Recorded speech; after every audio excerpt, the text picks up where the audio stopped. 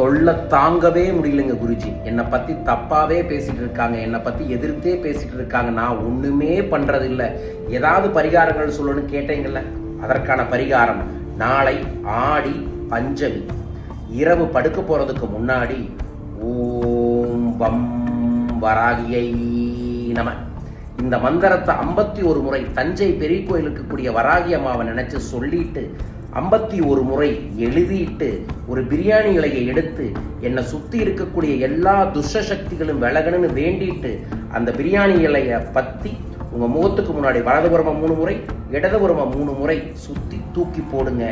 இதில் உங்களை நோக்கி வரக்கூடிய அத்தனை பிரச்சனையும் வராகி தீர்த்து தருவாள். செய்து பாருங்கள், நல்லது நடக்கும். வாழ்க.